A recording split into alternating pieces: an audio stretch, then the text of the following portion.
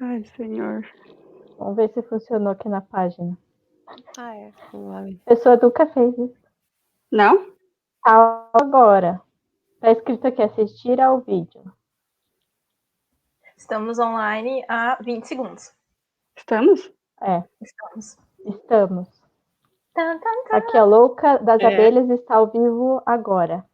Ah, daí tá. É aqui em cima, né? Tipo no Stories. O quê? Onde é que vocês estão? Ah, Não? Tem aqui Não sei, apareceu comentário. no meu. Apareceu no A coisa, quer Luciana ver? tá nos vendo lá agora. Não sei onde que ela conseguiu. pera. Ela disse que deram o link Eu não pra ela. aguento mais. Sério. Louca das Abelhas está ao vivo. Ah, tá. Vamos ver se a gente vai. Peraí Tem que eu 6 assistindo. Acho que a gente pode esperar mais um pouquinho, daí a gente começa Sim. a nos apresentar. Tá. Ah, sim, Bom, estamos ao vivo de fato. Estão nos vendo. Nossa, está muito Inception para mim. Gente, vocês tenham paciência assim com a gente, porque além da gente ser meio louca, a gente nunca fez essas coisas assim, sabe? Só participei da dos outros, mas coordenar nunca. A gente é muito Black Mirror. Verdade. Que situação, meu Deus do céu. Ah, a gente tem que se adaptar às novas tecnologias, né? Então, Claro, a gente Sim. tem que ir, né? Ei, vocês querem começar a conversar já? Ah, tô aqui, Aham. manda aí. quantas pessoas tem online? Tem como saber isso? Então, no Face Tem. tem 8, hein? 8. 8. Ah, se vocês quiserem já. Tá, então vamos. Bom, gente, boa noite, então. Eu sou a Patrícia, que fundou a página Louca das Abelhas, mas como a gente pode ver, tem várias Loucas das Abelhas nesse mundo. E hoje, então, a gente combinou essa live para conversar um tem pouco delay. sobre abelhas, principalmente para ouvir vocês, assim, a pergunta de vocês.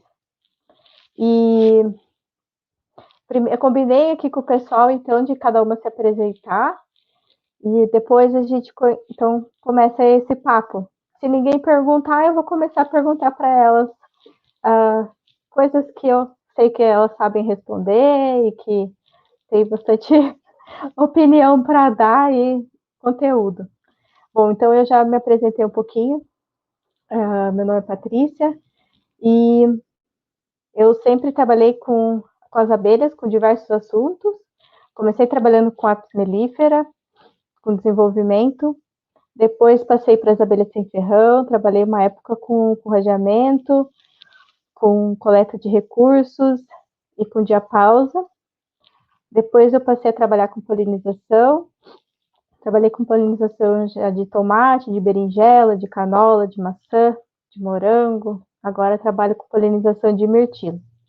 E nesse meio tempo fiz trabalhos em conjunto com outras pessoas, então um pouquinho sobre doença de abelhas, um pouco com morfometria geométrica de asa para distinção de populações, que a Juliana sabe bastante, e assim vai. Então agora eu vou chamar a Anne para ela se apresentar. Boa noite a todos. Então, meu microfone estava mudo aqui, mas acho que é tu que controla, né, Paty? Ah, que bom. Boa noite a todos, então. Meu nome é Annelise Rosa Fontana. Gostaria de agradecer a iniciativa da Paty e da Louca das Abelhas, que eu acho que é sempre muito importante que a gente possa compartilhar aí os nossos conhecimentos sobre as abelhas, ainda mais nesse momento aí que a gente está trancado em casa, né, de trazer um pouquinho um alento para uma das nossas noites não de quarentena, mas de confinamento, digamos assim, né, mas é algo necessário.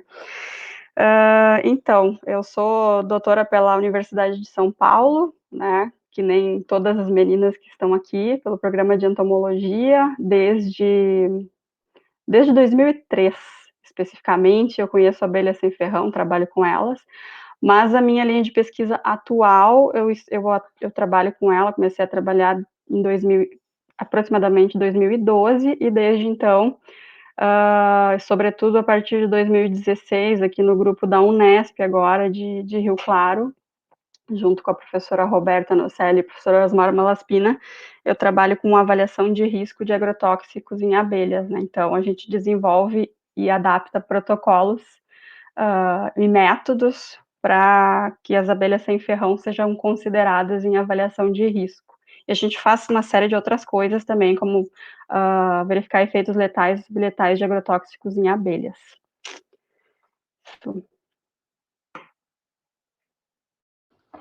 Então, agora eu vou passar para a Letícia.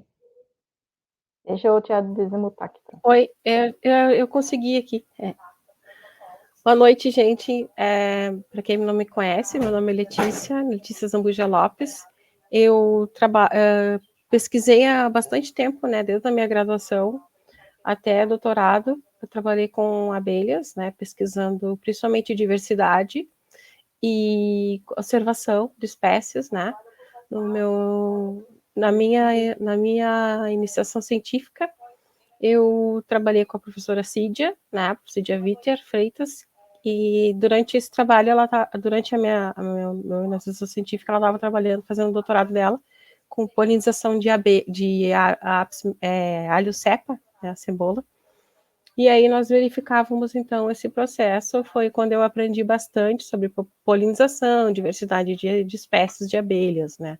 Depois, então, entrei no mestrado com a professora Bettina Volochten, e fui verificar, então, a diversidade de insetos visitantes florais, possíveis polinizadores, né, e verificar também se havia influência de eucalipto, né, plantações de eucalipto na diversidade desses insetos, num horto florestal lá em Triunfo, aqui na região metropolitana de Porto Alegre.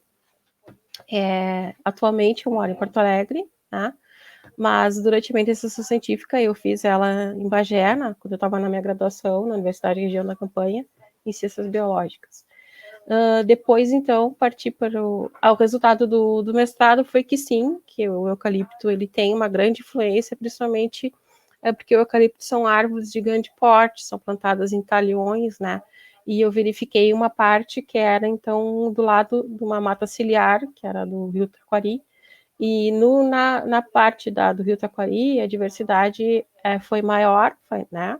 Encontramos maior riqueza de espécies, e a maior influência do eucalipto foi no sombreamento, né? Aqueles talhões, eles fazem uma barreira, e aí, tipo, a partir das 14 horas já não tem mais incidência solar ali. E aí, então, a atividade dos insetos diminui bastante. Então, isso pode causar algum impacto, né? Interessante. E depois, no meu doutorado, eu fui fazer na USP, com a professora Vera, né, Imperatriz Fonseca, processos de conservação de uma espécie ameaçada de extinção, a Melipona bicolor Schenck.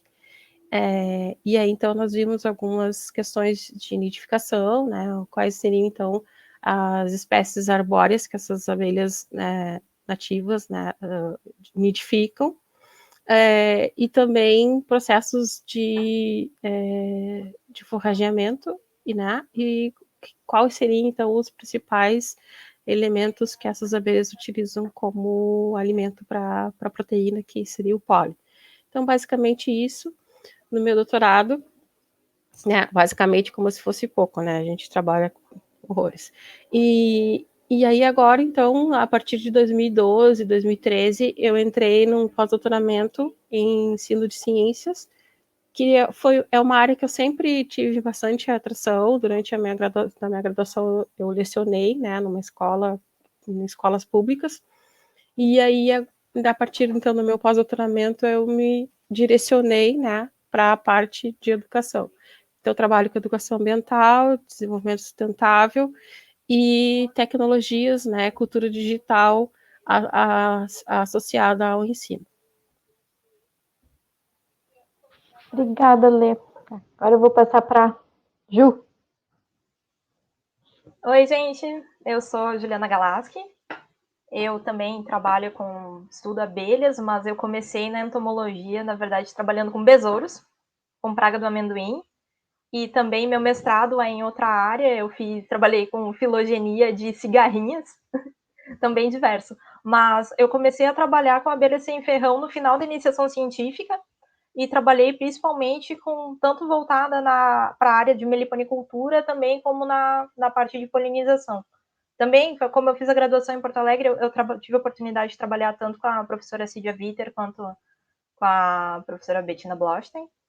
Aí, quando eu parti para o doutorado, eu voltei e fiquei definitivamente nas abelhas sem ferrão, e o meu interesse, como eu já trabalhava antes com sistemática, eu tinha interesse em trabalhar com métodos alternativos de classificação de espécies. Trabalhei, na verdade, com variação populacional de duas espécies de abelha sem ferrão no Rio Grande do Sul.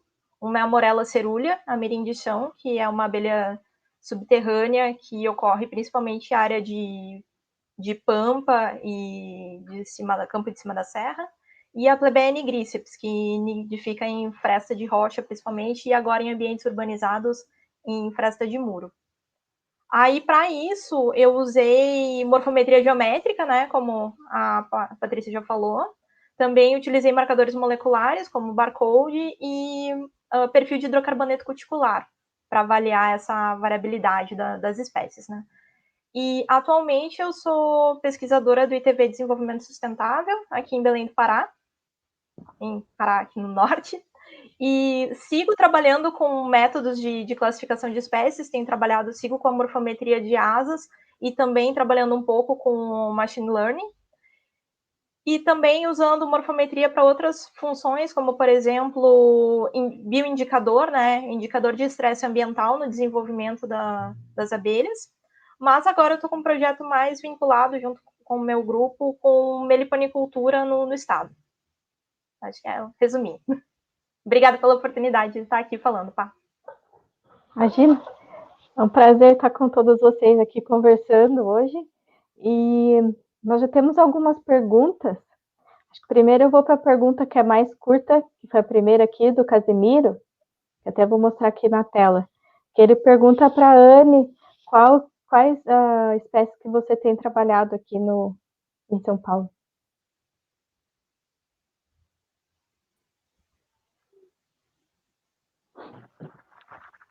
Oi, Marcelo, boa noite, tudo bem? Então, a gente tem trabalhado, sobretudo, com 3 espécies de diferentes tamanhos, porque a gente se baseia essencialmente na matriz de seleção de espécies da lista prioritária, né, que foi feita uma lista prioritária para avaliação de espécies, no sentido de avaliação de agrotóxicos, especificamente. Foi publicado pelo IBAMA, isso em 2018, 2017, 2018. Então, existiu uma lista dessas abelhas, cada espécie recebeu um score, né, uma nota de prioridade para ser inserida em avaliação de espécie, nessa matriz de seleção publicada. A gente trabalha hoje especialmente com a jataí, que é a Tetragonisca angustula, com a Melipones cutelaris também, e com a Scarptotrigona postica. Então, a gente tem feito a das espécies tanto na fase adulta quanto na fase de larvas, né? E aí, a partir disso tudo, a gente compartilha esses dados com outros grupos de pesquisa para que se dê início, então, o que a gente chama de ring tests, que são os testes em cadeia, né? Para ver se diferentes laboratórios obtém um resultado semelhante ao nosso, para que isso possa depois ser encaminhado para avaliação de risco efetivamente, né, e posteriormente em termos de legislação, até chegar, enfim, num patamar de OECD, que esse é um dos nossos propósitos. E aí eu também te pergunto, né, por curiosidade, qual que é as espécies que vocês usam aí no Ceará, o que vocês têm feito? Se puder escrever aí no chat depois. Obrigada, Anne. A outra pergunta que a gente teve de outra amiga nossa, né, abelhuda, a Cris Krug, ela perguntou se na nossa opinião, quais são as ações mais eficientes na conscientização sobre a importância das abelhas e dos polinizadores. Eu vou passar para a Letícia, já que a Letícia está trabalhando mais com a parte de educação ambiental. Oi, Cris, tudo bom? Eu acho que a Jennifer também fez mesclou um pouco essa pergunta, né? O que a gente tem trabalhado, né? Eu tenho 2 linhas de pesquisa dentro do programa de pós-graduação em Ensino de Ciências e Matemática, né? Eu trabalho com tecnologias digitais no ensino, cultura digital e tal, e educação ambiental. Na parte da educação ambiental, obviamente que eu puxo a brasa sempre para as abelhas, né? Porque é um dos organismos mais importantes do planeta que nós temos, né? E precisamos conservar, pensar em propostas, né, para isso. E aí, então, eu tenho algumas alunas da graduação, tem uma menina da pedagogia e uma da biologia, a Natália, e a Larissa, e a gente tem, então, desenvolvido projetos, né, pensando, então, e elaborando estratégias de como levar isso para as escolas, que a gente acredita que sim, a gente precisa levar, né, para a escola, mas também falar cada vez mais para os adultos, né, como divulgação científica. Dentro da escola, e eu também tenho um projeto que eu chamo Projeto Abelink, que depois eu vou colocar aqui agora ali no chat, tá? Eu tenho a página do Facebook desse projeto, e tenho acho que eu estou conseguindo, depois eu coloco lá no Facebook. E tem Instagram também. Esse projeto Abelink, ele é um projeto que foi desenvolvido por uma ONG, né, ao qual eu participo, que é a ONG Cataventos. E a gente, então, nós temos diversas estratégias, tem uma caixa, né, com abelhas alfinetadas, né, que é uma caixa que eu chamo de entomológica didática, e eu levo para a escola, as crianças, elas têm a oportunidade de observar com lupas, né, e nesse meio tempo, a gente vai fazendo diversas ações. A Juliana participou uma vez comigo, né, Ju? A gente foi na Redenção, né, num dia que tem específico, que é o dia, eu não me lembro agora, meio ambiente, uma coisa assim, depois a Juliana pode comentar melhor, que eu não lembro o nome da data. Pode falar, Ju? Eu acho que foi virada sustentável, né? Isso, a virada sustentável, que tem em todo o Brasil, todo o planeta, né? Então, eu acho que são ações, assim, que a gente precisa desenvolver, né? Voltadas para a educação ambiental e para a informação e desmistificação de que a abelha é só a abelha que dá ferrão, né? Porque você vai na escola, você pergunta se conhece a abelha, principalmente escola urbana, né? A escola rural já é um pouco mais diferente. Mas a escola urbana, você vai e as crianças só falam ferrão, que dói, porque tem nojo, porque tem raiva, porque tem, né? Só adjetivos não interessantes. Então, a gente precisa, primeiro, desmistificar isso, né? Que existem muitas abelhas sem ferrão, as abelhas brasileiras, né? As abelhas americanas e tal. Então, acho que a principal ação é essa, né? É a divulgação científica das abelhas, da importância das abelhas, né? Obrigada, Patrícia, por colocar ali o projeto Abelink. Eu tenho também esse projeto Abelink no Instagram, né? As escolas, elas nos chamam e a gente vai, e a gente faz um dia, assim, né? Uma tarde, com várias atividades para as crianças. E também eu acho que a gente precisa ter, como a Jennifer falou ali, que agora a gente está num problema muito complicado, né? Nós temos um Ministério do Meio Ambiente extremamente não atuante, né? Cada vez mais promovendo o desmatamento e querendo usar, então, também essa tragédia da pandemia do Covid para desviar a problemática.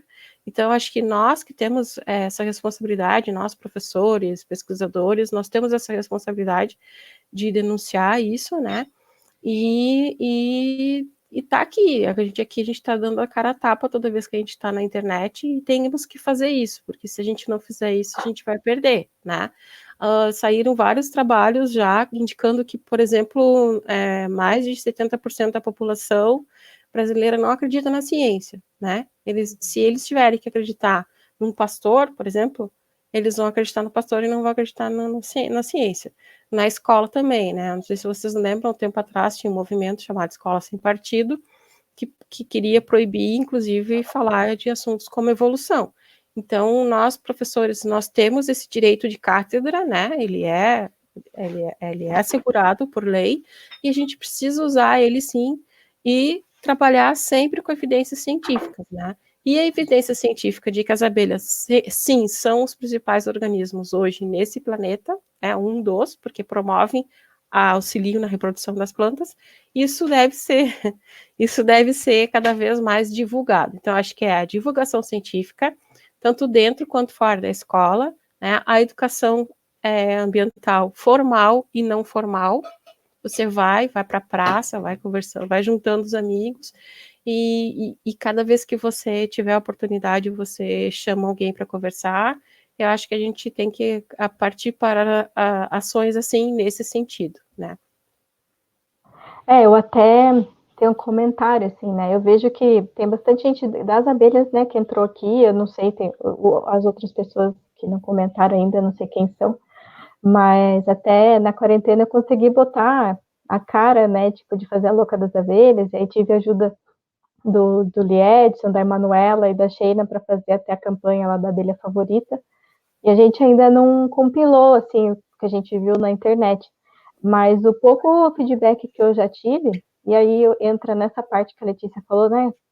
Com quem a gente puder conversar, já vale a pena. Mas, por exemplo, até minha mãe, amiga da minha mãe, falou assim: eu não sabia que existiam tantas espécies de abelha. Eu gostei de ficar vendo as abelhas, achei lindas as abelhas naquele dia 20, né?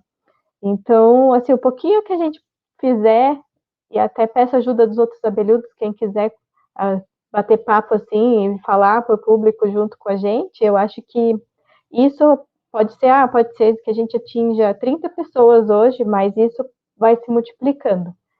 Então, eu fico bem feliz de ter conseguido perder o medo de explorar essas tecnologias todas para conseguir fazer alguma coisa.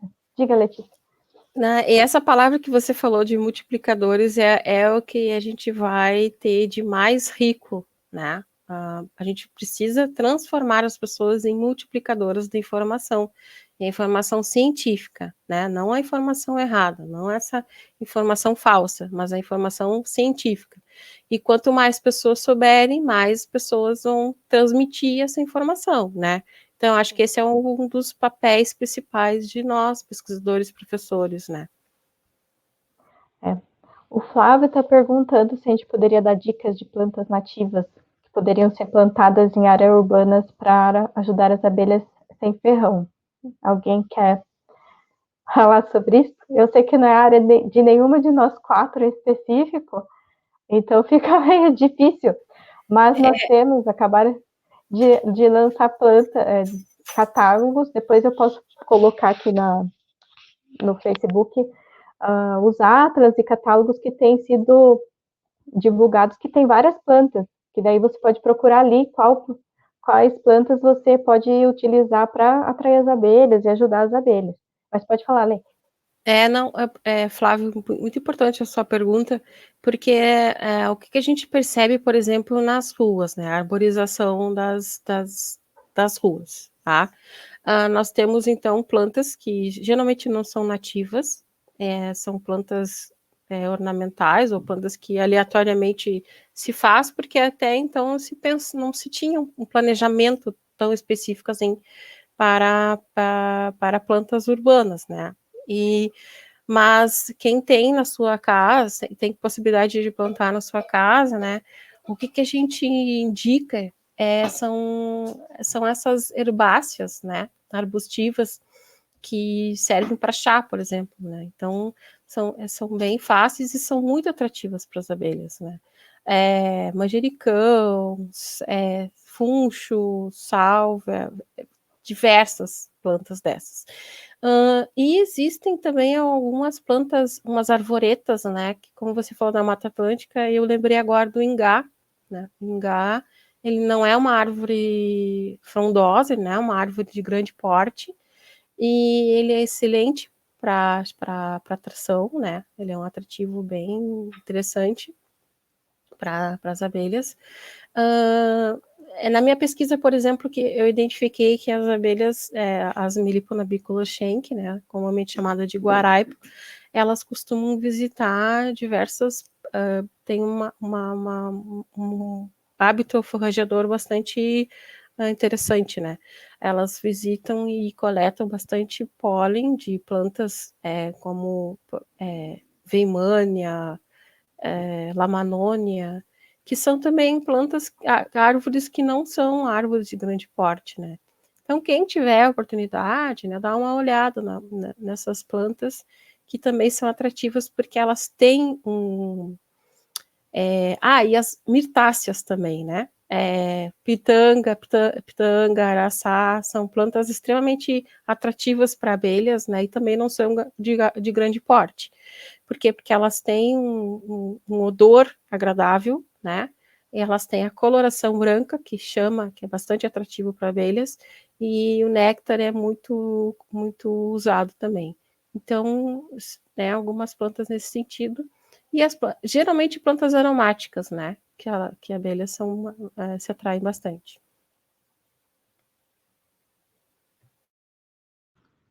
Bom, nós temos uma outra pergunta sobre agrotóxicos. Eu vou botar aqui na tela. O Edson quer saber se tem sido feita avaliação de presença de agrotóxico em ninhos ou em abelhas dentro de matrizes florestais.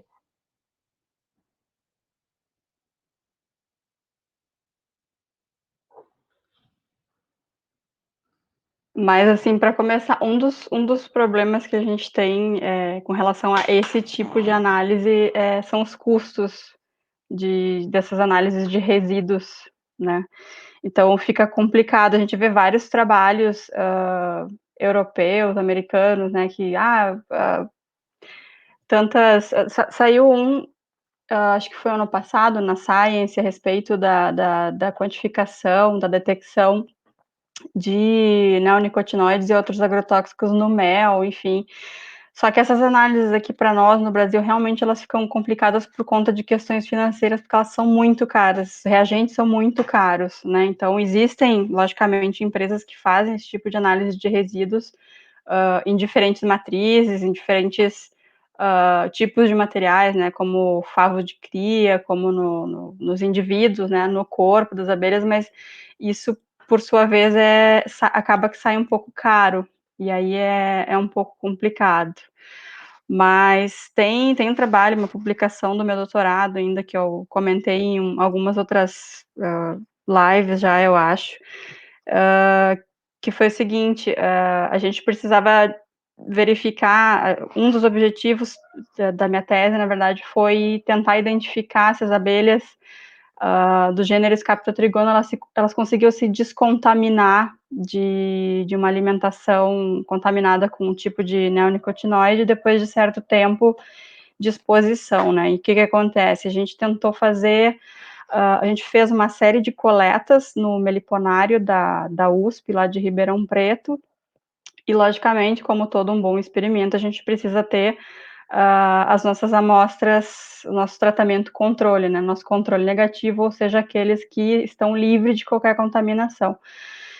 E com o decorrer da pesquisa, a principal conclusão é que a cara da Ju, que acompanhou esse trabalho, a principal conclusão foi que a gente não encontrou abelhas limpas, né, livres de contaminação dentro do próprio meliponário, lá da USP de Ribeirão. E, por fim, um dos resultados desse erro, entre aspas, que deu numa das partes do meu doutorado, saiu essa publicação do artigo, que, no fim das contas, a gente desenvolveu um método para detecção de agrotóxicos no corpo de abelhas, né? Então, esse trabalho está disponível, até te envio ele depois, ele está disponível na íntegra, é uma short communication com esse método, mas, assim, com a abelha sem ferrão especificamente, tem esse grande problema dos custos, né? Então, no meu doutorado, como já faz um certo tempo, a gente ainda tinha um pouco de dinheiro, a gente utilizou para isso, mas de bastante tempo já.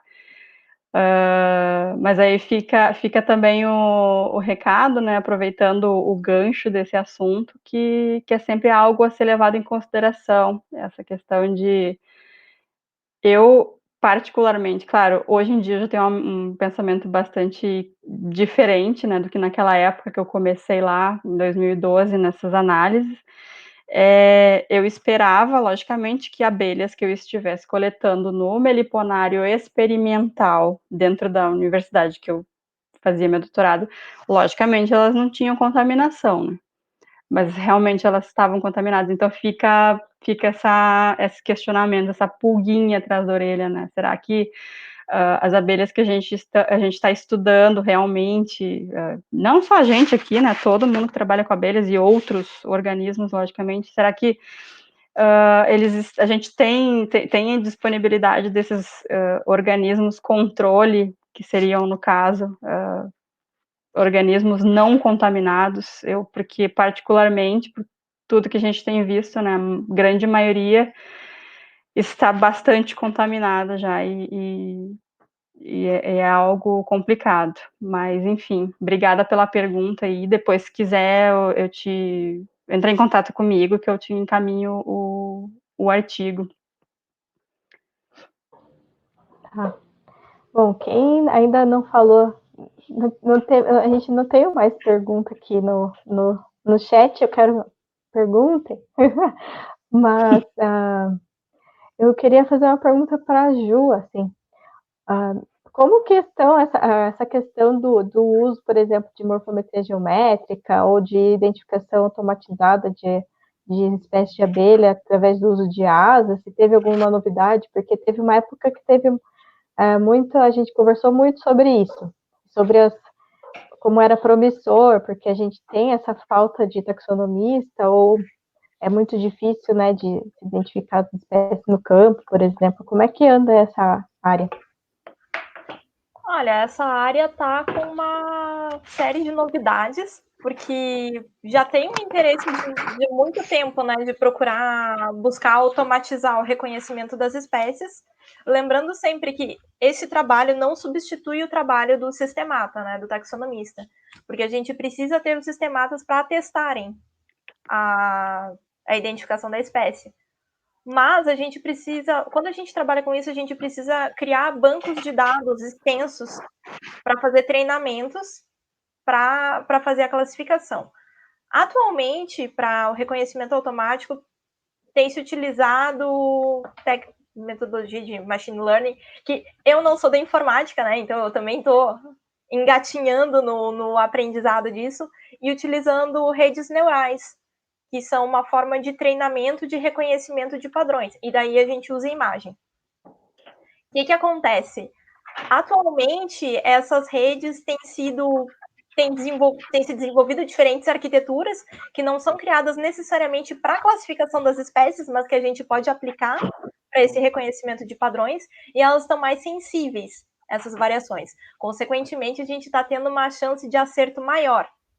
Quais são os próximos passos para trabalhar nessa área? E isso também se vê com outros insetos.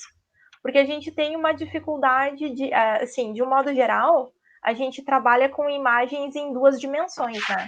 A gente normalmente utiliza a asa, porque ela é plana, é mais fácil de fotografar, é mais fácil de obter material. Mas seria bacana se a gente pudesse conseguir tirar foto do bicho inteiro ou do bicho em campo. Então, a ideia, com o tempo, é trabalhando com esse tipo de imagem mais bruta para ver se tem uma taxa de acerto maior. Os trabalhos atualmente em classificação de insetos têm trabalhado nessa direção, assim. Eu acho muito interessante, porque uma parte que eu vejo divulgação científica, ou nos perguntam muito é se tipo, a gente vive recebendo foto de inseto para a gente identificar. Só que é muito difícil, né, identificar a espécie por uma foto.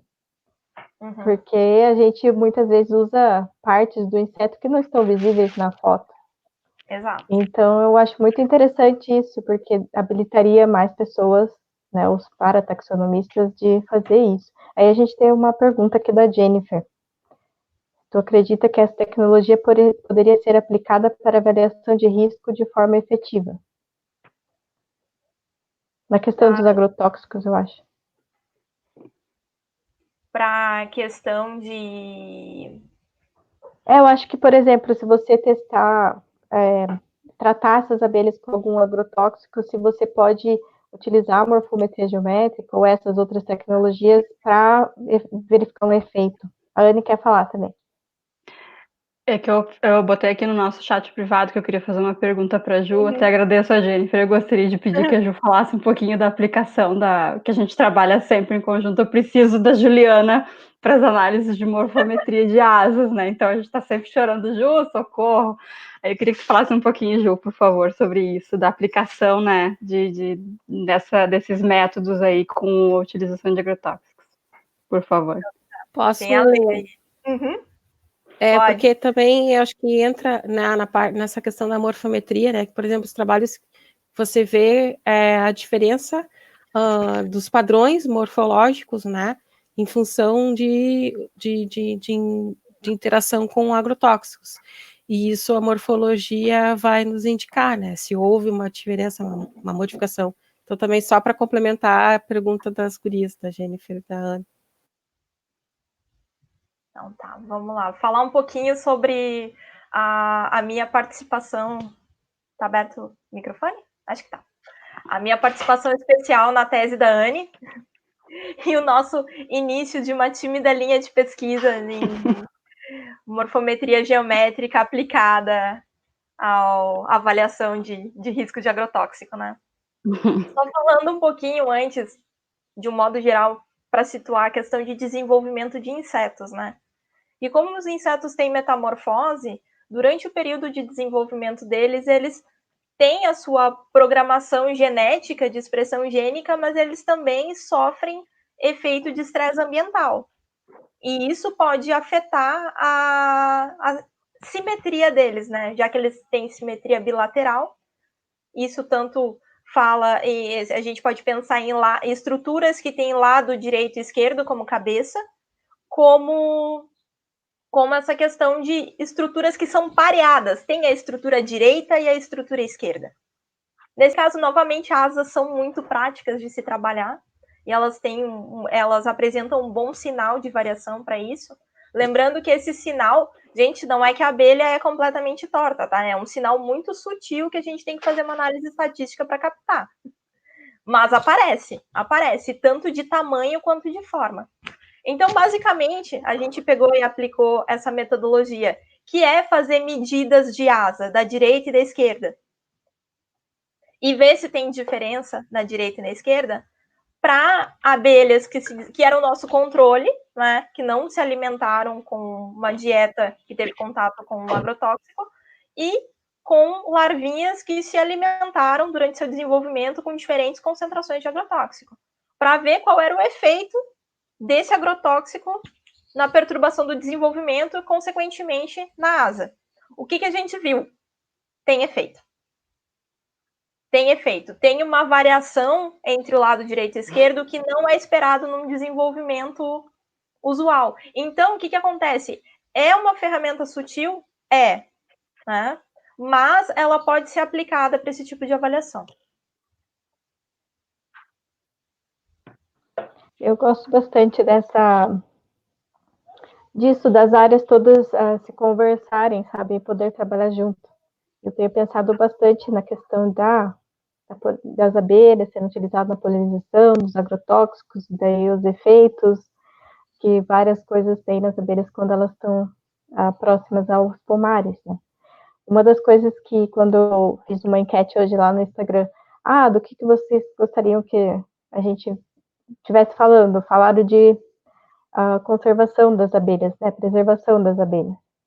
E isso tem tudo a ver com essa semana, porque foi o Dia das Abelhas, no dia 20, e depois, na sexta-feira, foi o Dia Internacional da Biodiversidade. E acho que isso que a gente está fazendo aqui já também é uma forma de contribuir, porque quanto mais, é que a gente está falando dos multiplicadores, quanto mais as pessoas souberem de tantas coisas que a gente pode estudar e fazer para ajudar as abelhas, melhor. Acho que esse é um dos nossos papéis, né, como cientista. E aí eu até vou avisar já que eu vou convidar outras pessoas que eu conheço para fazer lives mais específicas sobre assuntos, assim, vamos divulgar, né, o que a gente faz. Por isso que eu até perguntei para a Juliana, além de ser um assunto que eu gosto, né, também a gente tinha que falar alguma coisa, né, sobre o que ela está fazendo aqui. E aí aqui a gente tem até, né, foi dia do apicultor. Sim, ontem foi dia da biodiversidade e do apicultor. Aí o Lee Edson tem uma pergunta. Por que a asa é melhor para geometria geométrica? Morfometria geométrica. Há alguma questão por trás, além da praticidade? Bom, vamos lá. A gente usa a asa pela questão da praticidade de ser uma estrutura 2D e também porque o padrão da venação, ele é herdado, né? Ele é bem determinado, né? Geneticamente e também em relação de... Se tu quer fazer alguma classificação taxonômica, as nervuras da asa são um bom sinal para estudar isso, são homólogas, então é uma coisa mais constante. Agora, em relação à cabeça, a cabeça também é um bom indicador, mas uma das coisas que os morfometristas têm um grande desafio é que a gente trabalha, a gente vive no mundo 3D, mas a obtenção das imagens, de modo geral, é em 2D. A outra, agora falando, Patrícia, sobre as novidades na parte de morfometria, e daí a gente pensa não só em abelha, a gente pensa na morfometria em geral, os trabalhos estão migrando para trabalhar com imagens 3D. Agora, o morfometrista ele não trabalha só com fotos, ele trabalha com scanner. Como se fosse uma tomografia mesmo, o sonho, né? Botar um insetinho lá dentro, pegar uma imagem completa e daí ter o volume para poder trabalhar. E aí, Edson, a gente pode trabalhar com cabeça, pode trabalhar com antena, pode trabalhar com inserção, pode trabalhar com tudo. É o sonho. Só que para isso tem que ter grana, né? Se tem algum programa assim para identificar o pólen? Que eu saiba, não. Programa para identificar o pólen não tem. O que normalmente para ter uma imagem 3D, assim, diferentona, como eu estou falando, é fazer microscopia eletrônica de varredura.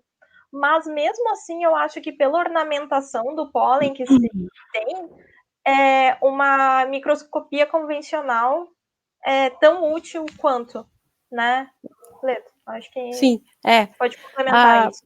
Porque, na verdade, o pólen, como ele é microscópico, né, você tem que ter um certo cuidado com ele. Você não pega e coloca direto ali os grãos de pólen numa lâmina. Você tem que fazer um processo antes para avaliar, para verificar quais são, então, as estruturas, né, que vão, então, remeter a determinada classe, determinado grupo de planta.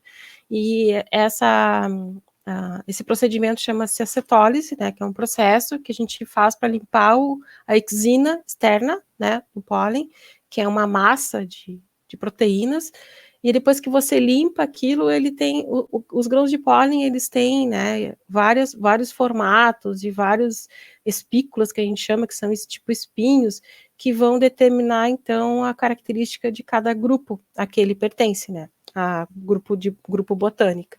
Então, primeiro tem que fazer esse processo, né, que é um processo bem demorado, a gente usa muitos ácido acético, vários ácidos para fazer essa limpeza. Depois você vai, então, analisar ele, fazer as lâminas, né, e analisar ele. No microscópio normal dá para analisar, sim.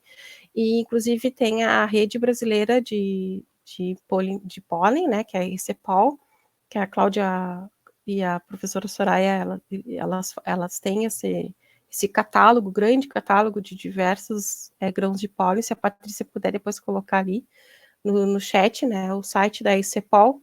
E o que tem? Você tem um catálogo, né, com diversos tipos de pólen de diversas regiões do Brasil, e aí você consegue, então, de repente, fazer uma análise assim, mas não dá para fazer análise do pólen cru. né? Você tem que fazer todo esse processo. Quem começou com esse trabalho foi o Louvreau, né, em 1970, e tem um site do professor David Hube, que tem diversos assim, catálogos de pólen de plantas de todo o planeta, né? É bem interessante também.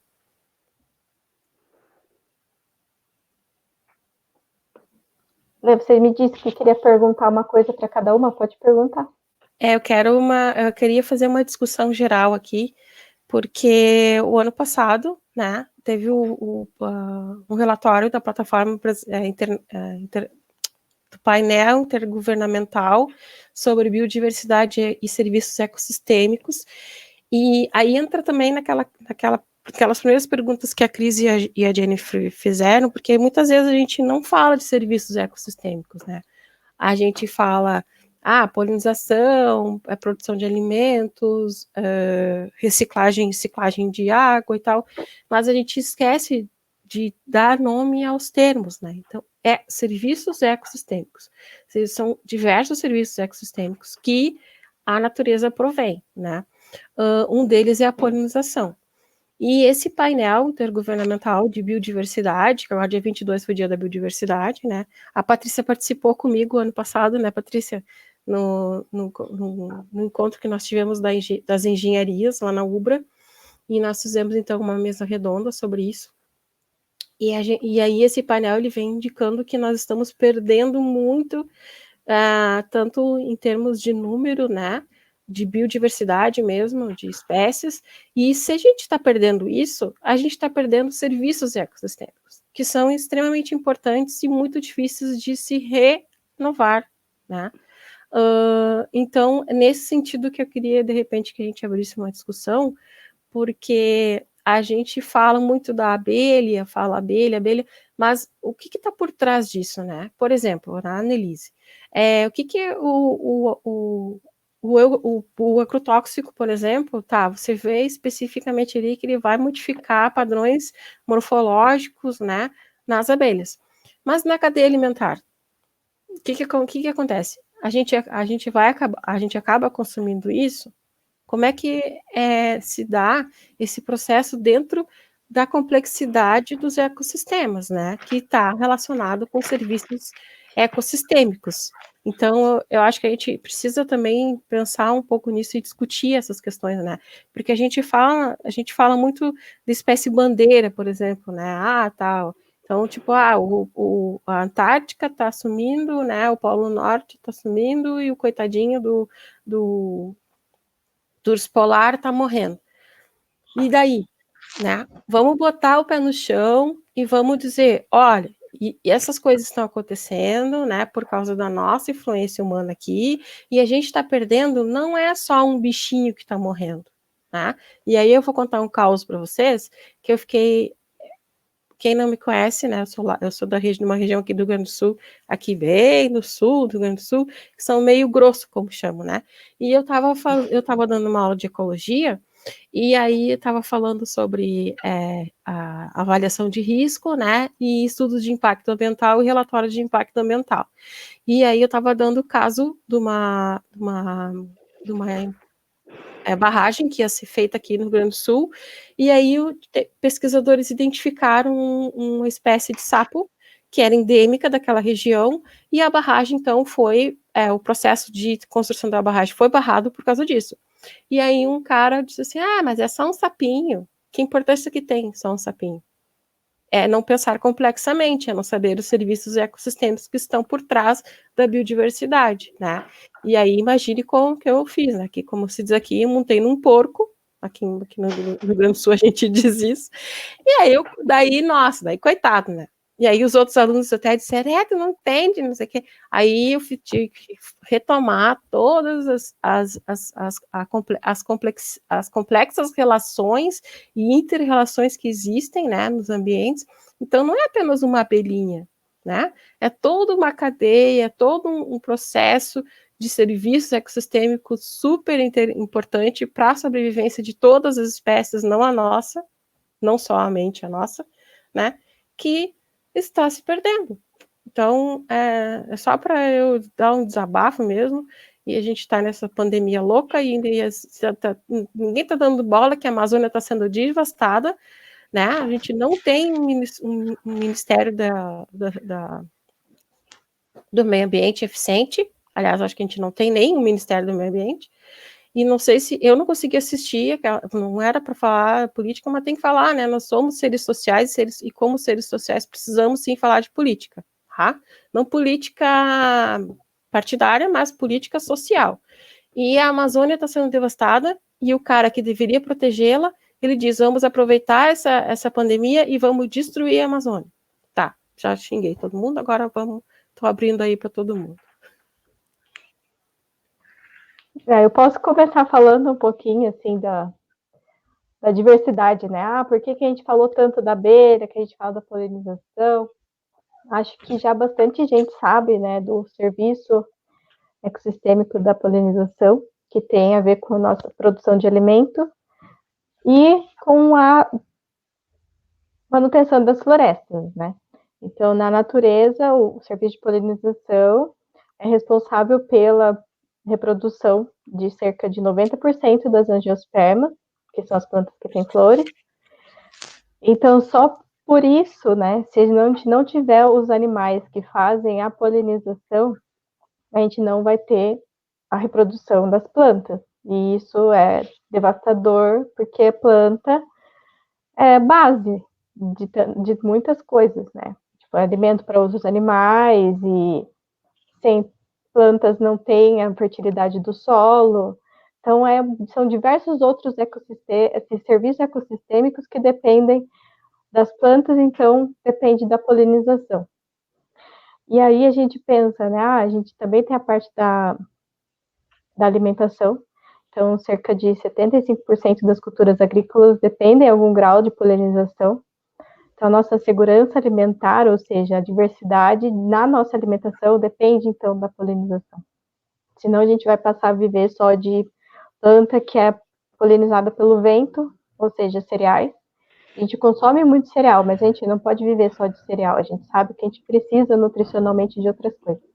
E aí, por que precisa, então? Por que a gente não precisa só de uma espécie de abelha, né? E por que a gente tem que ter várias?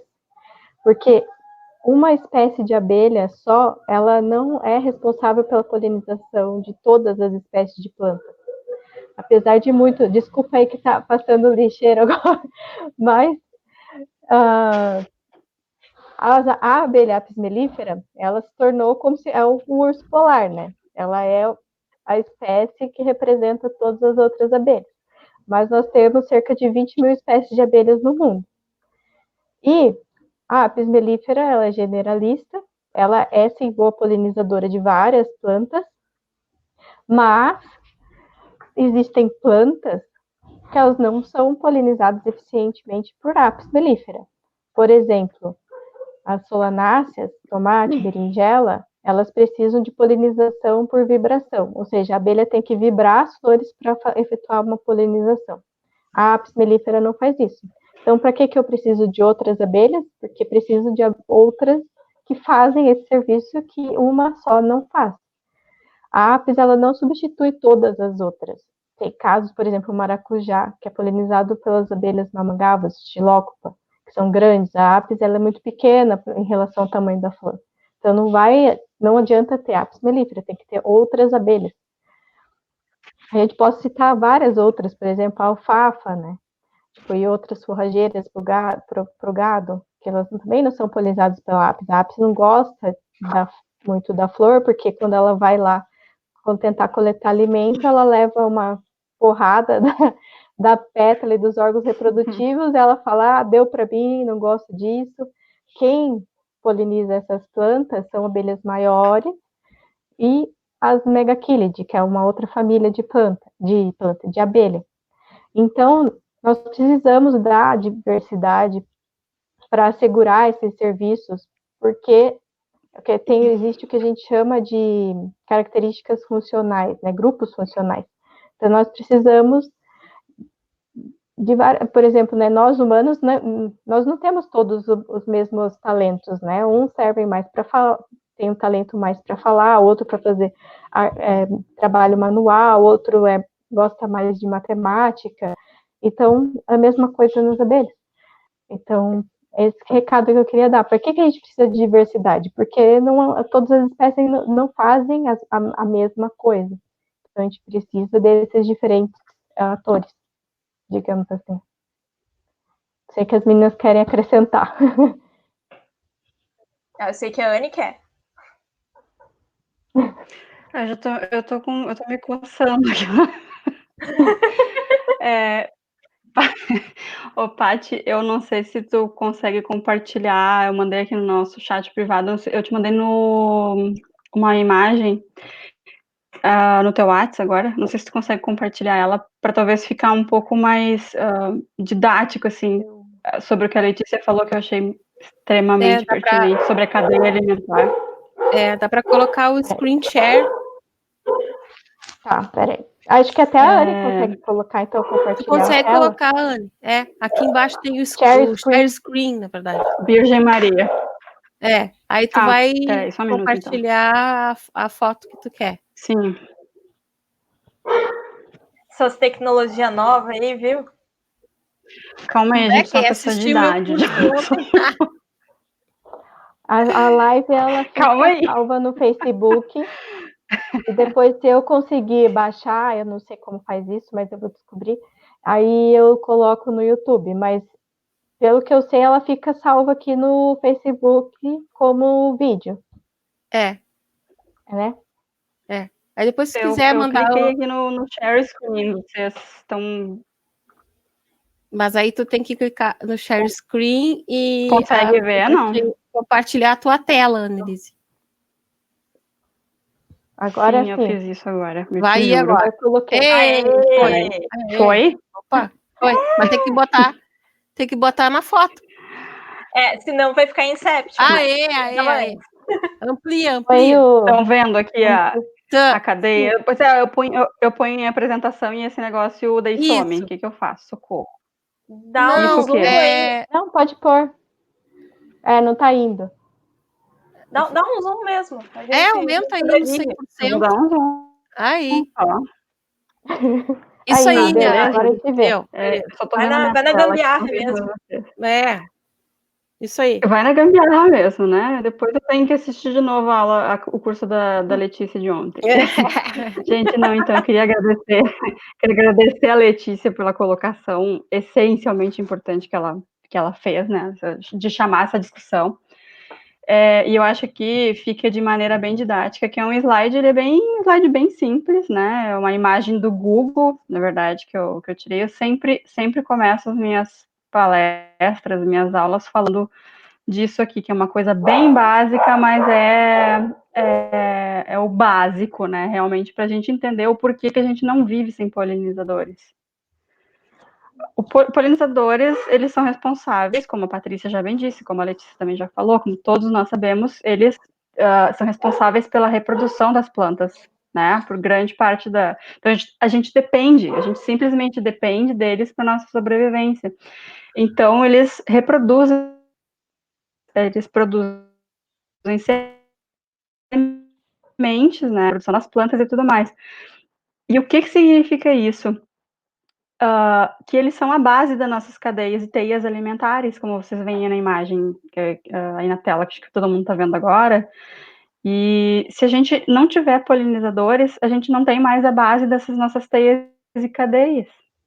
É simplesmente assim, vocês vejam uma grande rede de interações ali em cima, rede de teias e cadeias alimentares, onde nós mesmos estamos presentes como consumidores nós dependemos essencialmente da produção, da reprodução das plantas que são feitas por esses polinizadores. Então, o que eu quero dizer é basicamente isso, que sem polinizadores nós não temos as bases das nossas cadeias e teias alimentares. Então, é por isso que por isso que uma frase foi atribuída a Albert Einstein, né? Utilizada e aplicada hoje, né? Que se as abelhas, no caso, os polinizadores, né, desaparecessem da face da Terra, a humanidade duraria apenas mais 4 anos. Eu não diria 4 anos, enfim. Eu acho que essa imagem ilustra bem essa situação toda que a gente colocou agora. Deixa eu sair daqui agora, interromper compartilhamento. Agora vocês não estão mais vendo, né, a minha tela? Não. Voltou ao normal, hein? Voltou. Voltou. O Cláudio está perguntando. Não, e seguindo. E aí, o Annelise, uma pergunta que eu quero fazer, que muitas vezes as pessoas acham assim, tá, mas aí o agrotóxico ele vai ficar só na planta, né? E depois a gente mesmo não vai sofrer com isso, né? Tem muita gente que diz isso. Me fala mais sobre esse assunto, por favor.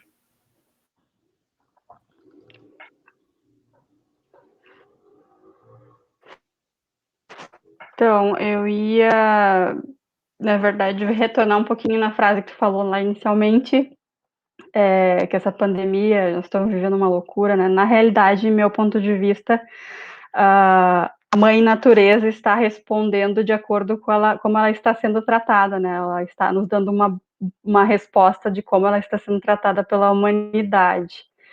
Então, esse vírus ele não foi criado em laboratório, ele não foi, né? Ele faz parte de um processo de seleção natural no planeta, né? Na nossa Então, nós estamos começando a sofrer as consequências das nossas atitudes. Nossas, eu falo a humanidade em geral, né? Porque nós, como cientistas, como pesquisadores e como cidadãos, nós temos a obrigação para todos os tipos de públicos, não só para o meio acadêmico, a gente precisa expandir o nosso conhecimento, né? E isso, Letícia, que tu comentou, que tu perguntou, é muito pertinente pelo seguinte. O ano passado eu dei uma palestra, eu não lembro aonde, mas o pessoal ficou muito chocado, assim, foi para um público que era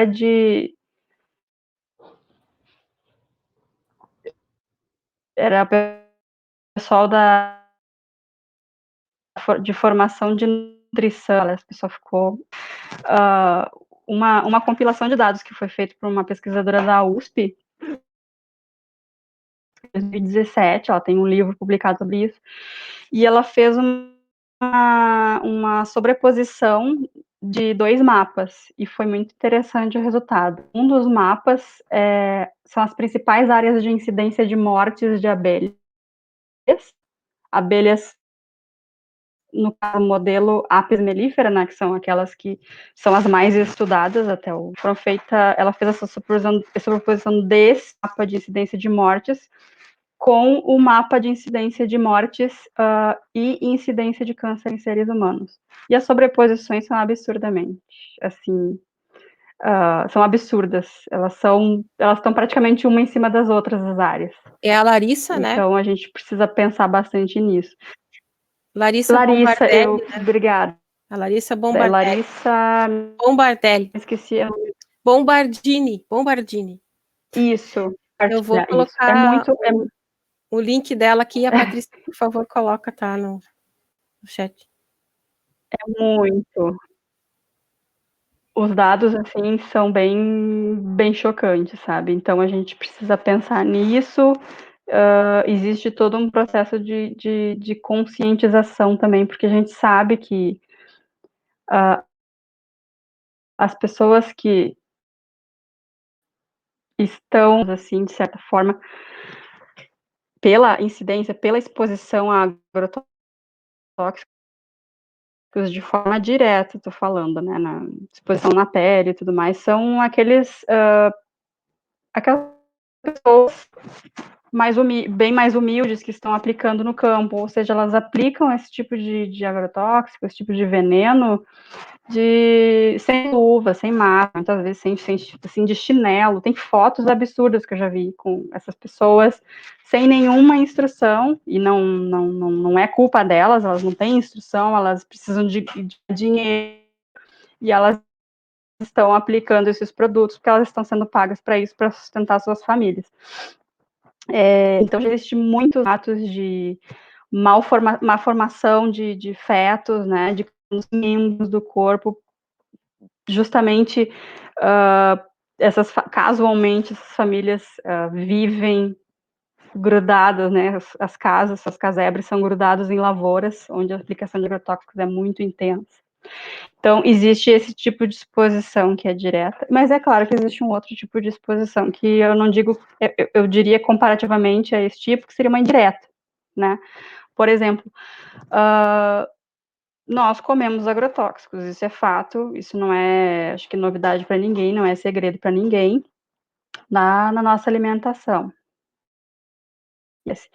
Existem várias formas de o agrotóxico ele chegar no nosso alimento, porque como a gente sabe, por exemplo, existe o tipo de aplicação do agrotóxico no solo, existe o tipo de aplicação de agrotóxico nas folhas, através da semente, e existem várias classificações de agrotóxicos, são neurotóxicos, né, eles agem no sistema nervoso dos insetos alvo, por exemplo, e o tipo de aplicação deles inclui, eles são sistêmicos, ou seja, no momento, por exemplo, eles são aplicados nas sementes, eles vão se deslocar, né, se translocar dentro da planta para atingir lá o pólen e o néctar, onde as abelhas, no caso, vão estar indo visitar, se contaminando, levando tudo isso para dentro das suas colônias e aí afetando toda a colônia, no caso, se a abelha for social, ou suas crias, se elas forem solitárias, ou outros níveis também.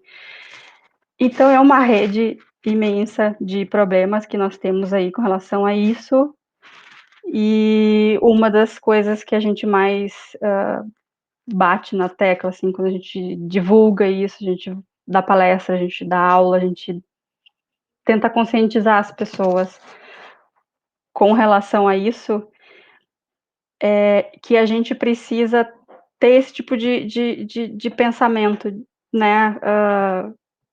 A gente precisa conter esse tipo de situação e precisa de controlar isso, né? Aí eu não sei se alguém tem alguma coisa para acrescentar, mas é uma situação que é bem delicada, né? É bem delicada, a gente precisa não somente, claro, pensar em abelhas, como a Letícia bem falou, mas como um todo, né? A gente não vive de maneira individual.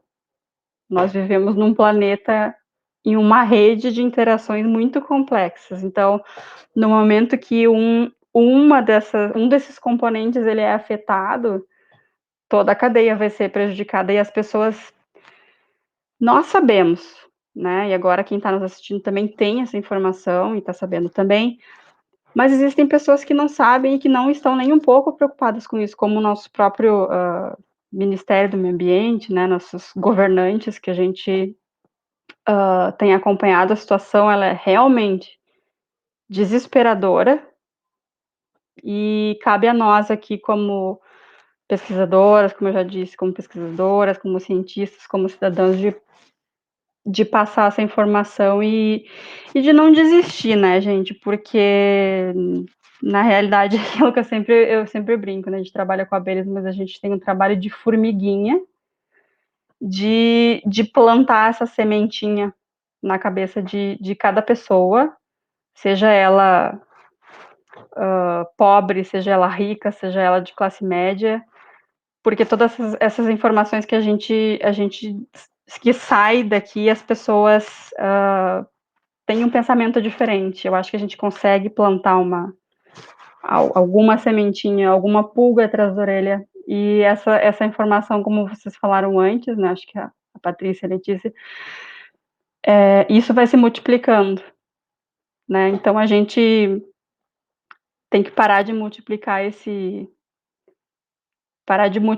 o vírus, né, o coronavírus, e multiplicar o pensamento das pessoas, né, de esse tipo de transmissão, de contágio é muito interessante, é muito bacana, esse tipo de contágio a gente precisa fazer, se contagia de informação correta.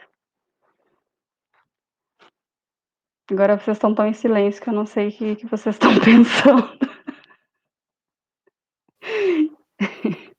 Falta a A Ju se gente está manifestar. refletindo sobre tudo isso, Nelise. Mas eu é acho complicado, viu? Não, eu acho que é chover no molhado, né? Para nós, pelo menos, falar sobre tudo isso, falar sobre a importância das interações, falar sobre que não dá para subtrair um polinizador ou uma planta do sistema porque tá tudo interligado e isso tem consequências. Falando sobre. Isso já me perguntaram, a questão dos agrotóxicos e da produção. Aí o que acontece? Eu falei, não tem nenhum dado direto relacionado, mas tu pensando que tu tem a mortandade de abelhas por agrotóxico. E tu sabe que as abelhas são polinizadores e que elas têm uma colaboração na produção de alimento, faz a conta. Eu acho que não tem estudos relacionando diretamente isso. E outra coisa que eu ia pegar e falar que, infelizmente, mas infelizmente é o modo, é o mundo que a gente vive, é o modo capitalista de pensamento que tem, e parece que a gente tem que convencer as pessoas com diferentes argumentos da importância dos polinizadores, não só porque a gente acha a abelha bonitinho, mas a importância do sistema em equilíbrio como um todo, né? É apelar para a valoração, né? Para o custo monetário desse serviço. Quando coloca na ponta do lápis, como aqueles relatórios que. Letícia, foi tu que falou, né? Dos relatórios de polinização e tal, que tem até os resumos para tomadores de decisão e etc. Quando tu pega e põe valor monetário nesse serviço, é que o impacto dele aparece para pessoas que não pensam a respeito. Agora, eu realmente não estou me lembrando dos valores. Eu teria que pegar no meu caderninho. Mas, assim, são cifras altíssimas.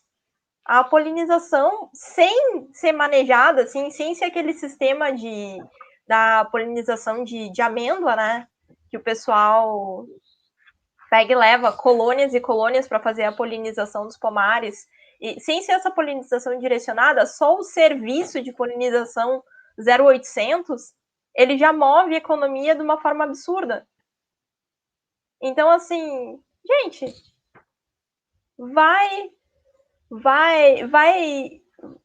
as abelhas vão morrer, vai faltar comida, vai desequilibrar tudo, vai doer no bolso. É uma série de consequências. Assim, eu não tô querendo dar um cenário alarmista nem nada assim, mas se bem que a gente já tá vivendo um cenário alarmista, né? Não precisa mais alarme. É só isso que eu tenho a dizer a respeito, gente. Serviço ecossistêmico é uma coisa que faz parte do nosso dia a dia. É isso, não tem. Tá o tempo todo ao nosso redor. Uma das coisas que eu sempre comento também quando né, a gente conversa é em relação ao sistema, né, Ju, que a gente está conversando agora. As pessoas são muito imediatistas. Tem que ter o dinheiro para agora. Não se pensa no amanhã nesse sentido, logicamente. Por exemplo, a gente exporta soja, por exemplo, né? Fora os outros vários cultivos que têm essa importância econômica, mas vamos usar a soja como exemplo. O Brasil, para análise de resíduos de agrotóxicos, a gente não tem dinheiro, falando assim a grosso modo, né? Em comparação a países europeus, né? Por exemplo, que facilmente fazem esse tipo de análise, porque eles têm muitas empresas que realizam esse tipo de trabalho. Então, assim, a gente sabe que cada vez mais a gente tem agrotóxicos nos nossos cultivos aqui do Brasil, né, que saem daqui para outras localidades, como a soja, por exemplo, que utiliza agrotóxico numa escala assustadora. Se os países europeus eles são inteligentes, a gente sabe que são, com certeza. E eles têm esse sistema, eles têm essa facilidade e essa capacidade para analisar resíduos nos produtos, nos insumos que saem daqui do Brasil. Será que em breve nós não começaremos a ser boicotados por eles? E a resposta, já dou um spoiler, é sim, porque, por exemplo, eu não lembro se foi na Holanda, Suíça, não sei, Suíça não faz parte da Europa, mas enfim, Já estamos. já Já estamos. estamos sendo boicotados por É. países, né, de outros, com os mercados que eles têm esse tipo de preocupação, e eles têm uma preocupação muito grande, e é muito estimulante de ver, e ao mesmo tempo, quando a gente compara com o Brasil, é muito triste. A Adna, acho que ela está me assistindo aí, está assistindo a gente esteve na Alemanha ano passado, e na Finlândia, para apresentar alguns trabalhos de avaliação de risco de agrotóxicos, e qualquer supermercado que você entra, qualquer lugar que você entra, existe uma propaganda gigante de abelhas, assim. Sem abelhas não existe alimento, então eles fazem tem um dia na semana que eles retiram todos os alimentos que dependem de polinizadores, eles retiram das prateleiras para conscientizar as pessoas que vão lá comprar. Oh, cadê a minha maçã, por exemplo? Cadê, sabe? É muito triste de ver, muito estimulante quando a gente vê esse tipo de comportamento, mas muito triste quando a gente compara isso para a nossa situação aqui, ó, a Diana disse que está aí. E a gente observou muito isso em várias viagens que a gente fez para divulgar nossos trabalhos. Isso é muito frequente, é muito recorrente. E aqui a gente não tem nada disso. Eu já ouvi falar, nossa, trabalha com abelha, aquele bichinho lá. Para que serve esse bichinho? Então, mas meu conselho, a minha dica é não vamos desistir. Eu tenho compartilhado muitas coisas em redes sociais, no Facebook, principalmente. Agora eu tô aprendendo a mexer no Instagram. A Adna até riu da minha cara hoje, que eu disse pra ela que eu sou meio velha e que eu mexo mais no Facebook, que é mais fácil, mas eu tô indo aos poucos. E eu compartilho várias coisas, compartilho as coisas da Paty, que ela publica lá na Louca das Abelhas. E eu já ouvi pessoas assim, nossa, Anne, eu me apaixonei por abelhas por conta do seu estímulo, né, das suas explicações, porque muitas vezes a gente compartilha coisas.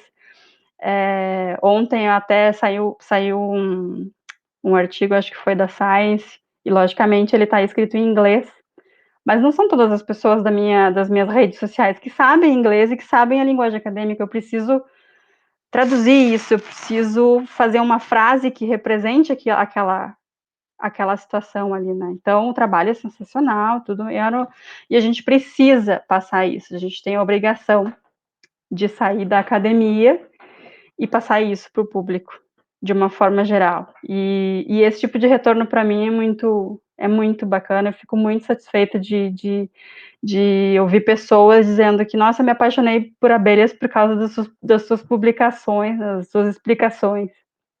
Então, acho que isso é um comportamento que todas nós devemos ter, não só nós 4 aqui, mas todo mundo que está assistindo. Eu acho que isso é bem importante. Eu queria comentar, né, que a Noir escreveu, né, mas as fábricas de agrotóxicos estão lá. Pois é, mas a gente tem que lembrar, né, que esses países também, vários países que pintam, que somos verdes, eles vêm construir a mineração em outros países mais pobres, eles mandam seu próprio lixo para outros países, né? Teve há um tempo atrás países que estavam mandando lixo para países da Ásia que são mais pobres, então a gente também pode usar o conhecimento para se defender a nossa sociedade disso, porque é muito fácil também, né, muitos países de primeiro mundo, né, digamos assim, se pintar de vamos preservar a floresta, não vamos consumir várias coisas, mas eles acabam fazendo várias atividades nos países como o nosso, né, que permite tudo isso, que não tem Ministério do Meio Ambiente, que quer tirar todas as regulamentações. Então, a gente também tem que se apropriar de todo esse conhecimento, né, estourar a nossa bolha e cobrar, né, pensar melhor quando for votar, quando for não ignorar a política, querer sempre saber mais de política, né? Até a Letícia falou, né? Tudo é política. Não adianta a gente ser alienado, falar, não tenho visto, não tenho a ver com política. A gente tem, né? Tipo, eu gosto bastante desse meu moletom, que é, né, be the change, seja a mudança, porque depende da gente. Se a gente, cada um fizer um pouquinho, a gente vai conseguir. Não sei quando, mas a gente vai conseguir, sim. Era isso que eu tinha para comentar. Acho que a Letícia queria comentar alguma coisa Letícia, também. acho que quer comentar, depois uma eu fico na pergunta. fila aqui. Eu sou bastante crítica, né, as várias situações e a várias movimentos da sociedade, e eu tenho uma disciplina que eu dou, essa disciplina na UBRA, né, que chama ecotoxicologia, que está super relacionado com o trabalho da Annelise, do professor Malaspina, mas, assim, eu queria só comentar um pouco sobre uma pergunta deixa eu ver aqui, do Rui, né, que ele fala da mortandade, que ele tem notado a mortandade das saias imediatamente após a primeira chuva de março, né, após o longo período de seca. Ele diz assim, ele pergunta, né, se a hipótese seria que algum contaminante esteja sendo trazido através de outros países, por correntes de vento, poderiam comentar? Na verdade, Rui, o que eu indico até, né, a leitura de um livro chamado Primavera Silenciosa, tá, da Rachel Carson. Esse livro, ele foi, assim, um marco, né, na questão de separar a toxicologia e iniciar a proposta de ecotoxicologia, porque daí a toxicologia ela fica muito voltada para remédio, para o agente tóxico, e não se preocupa na complexidade dos ecossistemas, por exemplo, né, como a gente já comentou anteriormente. E o que ela, a Rachel Carson, ela era uma pesquisadora, né, já falecida, norte-americana, e ela pesquisava ninhos de pássaros que faziam seus ninhos em rochões da costa dos Estados Unidos, tá? Então era próximo do mar. E ela começou a perceber que em algum momento o ovo, ele não se formava, o ovo desse pássaro. Ele quebrava, né? E aí o embrião, ele não se desenvolvia e nascia morto. Tá? E aí, então, ela foi pesquisar. Eu vou só encurtar, né? Porque é muita coisa para falar. Se desse, eu falaria, porque eu sou fã dela, eu acho ela fantástica. Ela sofreu vários preconceitos por ser mulher, né? Principalmente. E aí ela foi contra a indústria química, né? Bom, enfim, encurtando, né? Mas eu indico vocês, se a Patrícia puder colocar depois o nome dela ali, o livro Primavera Silenciosa, porque ele foi um marco, realmente. E daí, o que ela descobriu, né, nas pesquisas dela? Ela descobriu que há aproximadamente mais de 2, 3 quilômetros, tinham áreas que eram cultivadas. No entorno, não tinha nenhuma área cultivada, não tinha nenhuma área agriculturável, mas mais adiante tinha. Então, e naquela área, eles utilizavam pulverização por veneno, né, aéreo, que é proibido, mas até hoje se faz. E era DDT, na época do DDT, que o DDT era cura para tudo, né? Se você procurar, coloca no Google, faz o teste, DDT, e procura imagens, você vai ver que tem crianças sendo pulverizadas por DDT na praia, porque era a 8ª maravilha do mundo, o DDT, tá? E aí ela foi pesquisar o que estava acontecendo na casca do ovo, e aí ela descobriu que partículas do DDT não permitiam que o cálcio se formava. Então, o cálcio, ele é o grande composto, né, que vai fazer a formato do ovo. E aí vai permitir, então, que aquele organismo que se desenvolve ali, o vitelo, né, dentro do ovo, vai se desenvolver. Chegava um determinado momento, aquele ovo rachava, quebrava, porque o cálcio não estava bem formado. E era em função do DDT. E aí, então, ela teve essa briga imensa, né, e tal. E aí, né, tentando, na verdade, hipotetizar essa tua pergunta, né, será que você acha que, como a Annelise falou, né, o pequeno agricultor, ou o grande agricultor, ele coloca, ele pulveriza, o veneno, né, naquela região ali. Mas você acha que esse veneno, partículas desse veneno, eles não vão ser levados por correntes aéreas? Ou ele não vai percolar pelo solo e entrar para lençol freático e depois, de repente, voltar com o ciclo da água e para a chuva? Então, por isso que eu comecei e botei o dedo na ferida, né, sobre essa questão, essa ideia da gente pensar na complexidade dos ecossistemas. Tudo está interligado, as interações elas existem, nada é sozinho nesse planeta, né?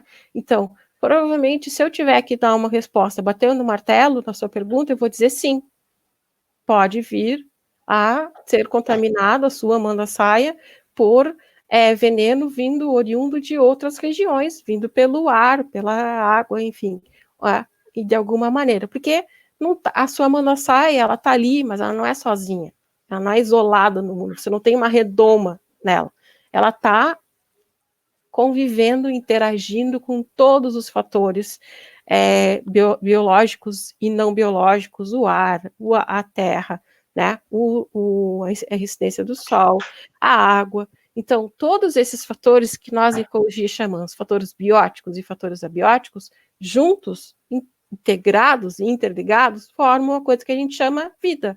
Então, tudo está interligado. Então, se eu tiver que responder essa sua pergunta, eu vou dizer sim, provavelmente você está tendo contaminação, né, de outro lugar, está vindo algum veneno e está infectando a sua colônia.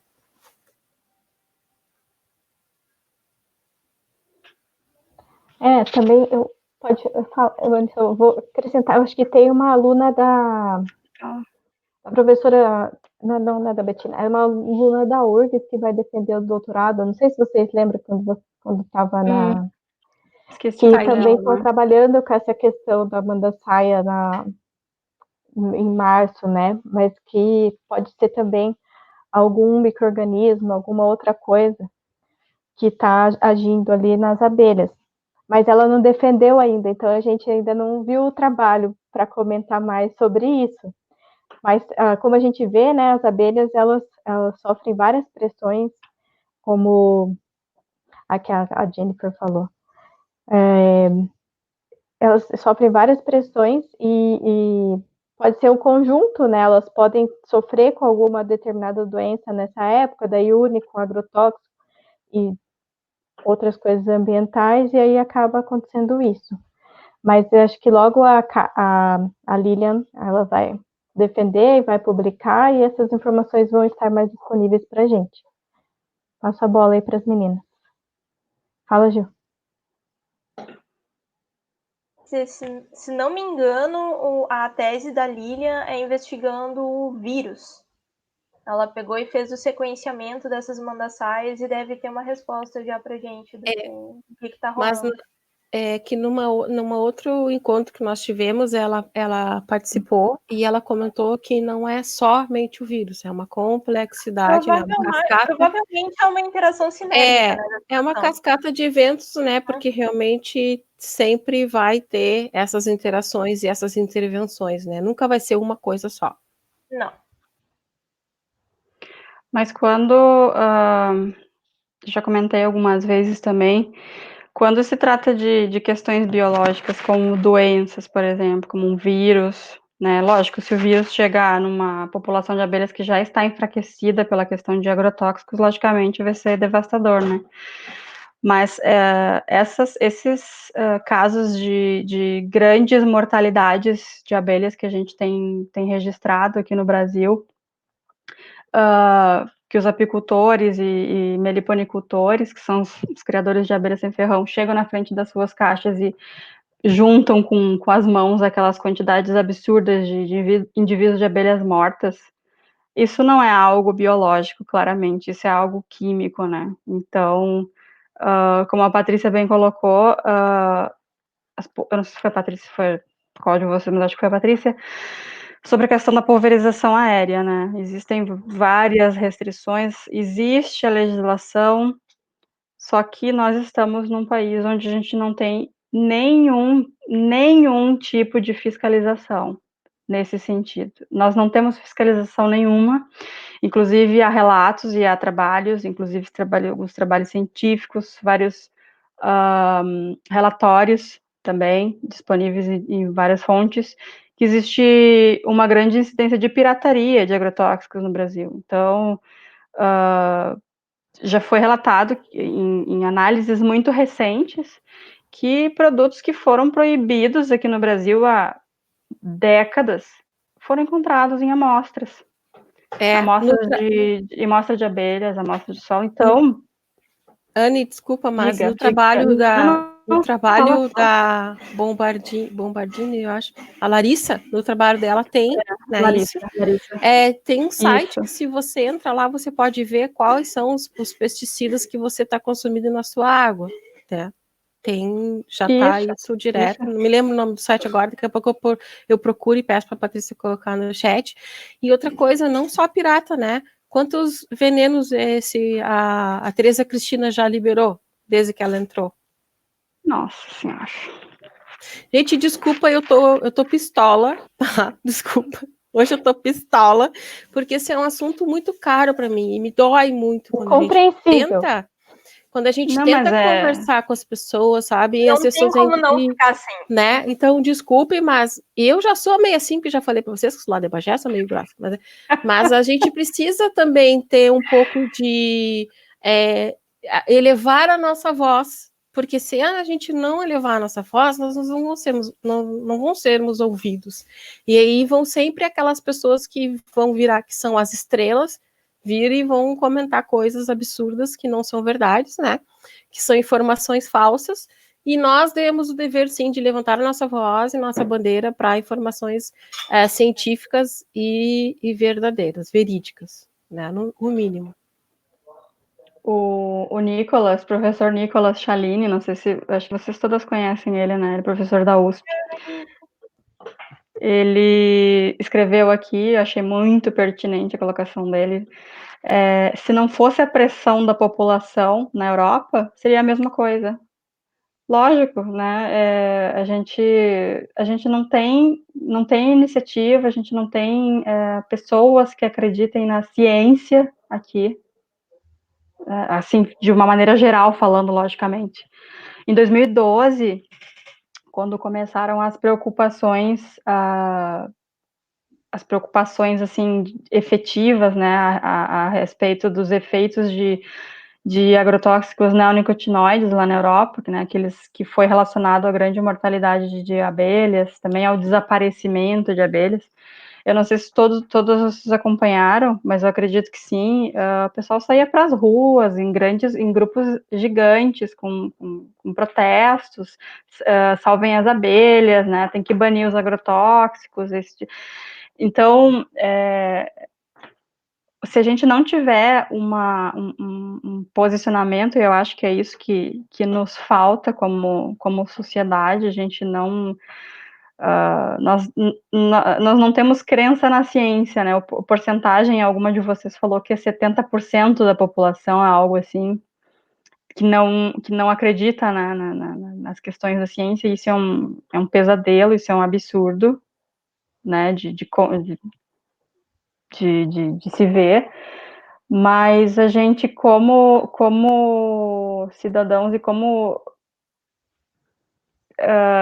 a gente precisa tomar alguma providência nesse sentido de movimento em massa, né? Porque se a gente realmente esperar por governante, por fiscalização, nós vamos continuar na mesma, talvez, e muito provavelmente as coisas piorem, né? Mas a gente precisa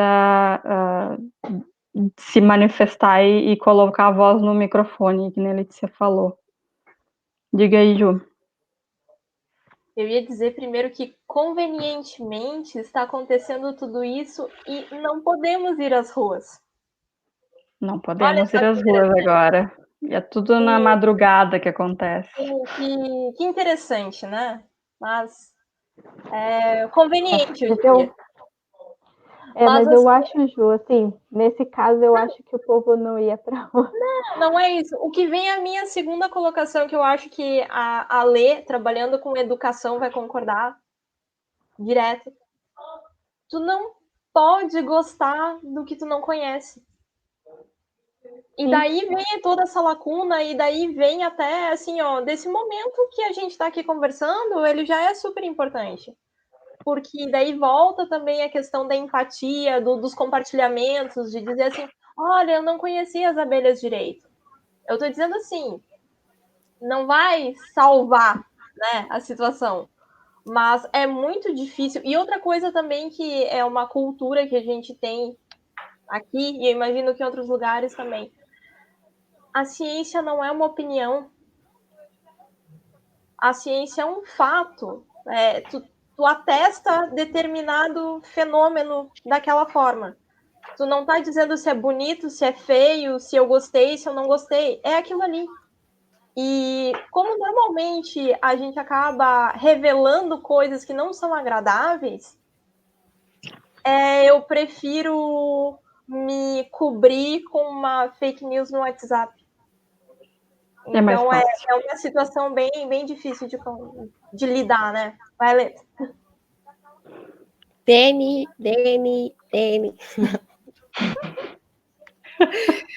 Um outro ponto que a gente precisa colocar na roda também, faço parte de um grupo de divulgação científica, e o que a gente vem comentando e estudando, enfim, é a nossa linguagem, né? A linguagem é tudo. Se eu chegar uma pessoa leiga e começar a falar termos técnicos, ela vai me odiar o resto da vida.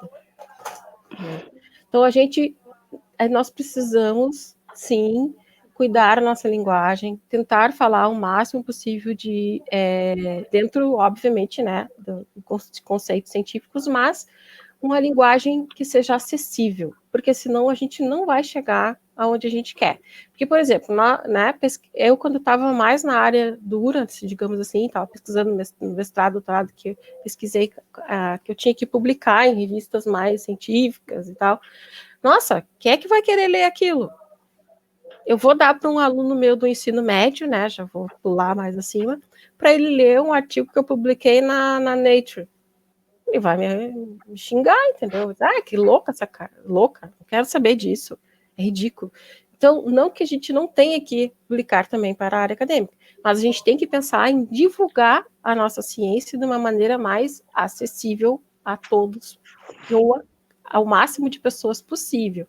Então, essas lives que a gente está fazendo, a Louca das Abelhas, né? O projeto Abelink, o site da Ecotox que eu tenho, a gente tem que desmistificar a ciência também, né? Primeiro, a ciência não é mágica, a ciência, muitas vezes a gente complica, porque a gente faz com que ela seja complicada, a gente tem que descomplicar a ciência e fazer com que o máximo de pessoas compreendam aquilo que está sendo estudado, pesquisado, né, e publicado.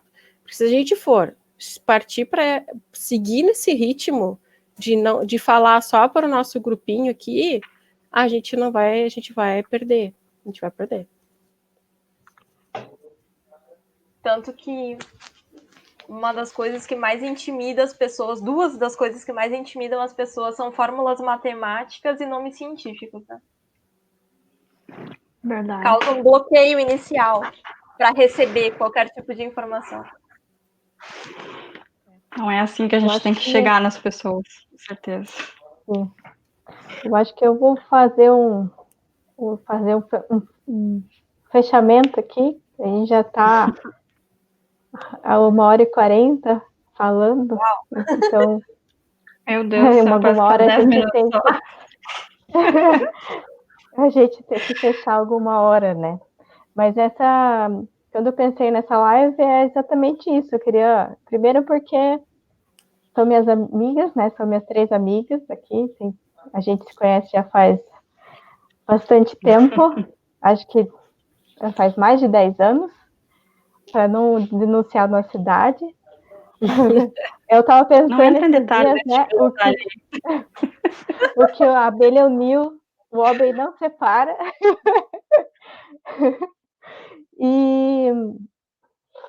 Eu queria, né, falar assim que tipo, essa foi o primeiro esquenta, assim, né? Depois eu acho que a gente pode fazer lives, até ela falaram, como é que vai ser? Eu falei, vamos conversando, vamos ver o que as pessoas falam, mas depois a gente pode fazer sobre assuntos mais específicos, numa linguagem fácil. Eu já fui criticada já por escrever artigos acadêmicos que estavam muito simples, a linguagem, mas eu não vejo isso como uma crítica, eu fico muito feliz quando o aluno chega para mim e fala, foi tão fácil ler seu artigo, eu acho que tem que ser fácil, não tem que ter frufru. E eu acho que vocês me ajudaram hoje a desmistificar muito isso do que a gente faz, quem a gente é, porque as pessoas também às vezes pensam, pesquisador, cientista, doutor, elas se formaram na USP, né? Mas a gente erra, a gente vai em alguns momentos pode falar coisa que não está completamente correta, ou usar termos que não são completamente corretos, mas a gente está aprendendo, é uma troca, né? A gente tem para dar e vocês também têm para dar para a gente. E então é isso, eu acho que hoje a gente aprendeu aprendeu não, né? A gente reviu e destacou várias coisas, né? Que a gente precisa da diversidade, que não é só a diversidade de abelha, a questão dos agrotóxicos, que não adianta também só ficar bravo e não fazer a nossa parte como cidadão. A questão, né, que em todo lugar do mundo, né, se faz merda, não é só aqui no Brasil, acho que também outros países também fazem, só que tem uma população que é mais consciente das coisas, então cobram mais, e aí, né, tem várias coisas envolvidas.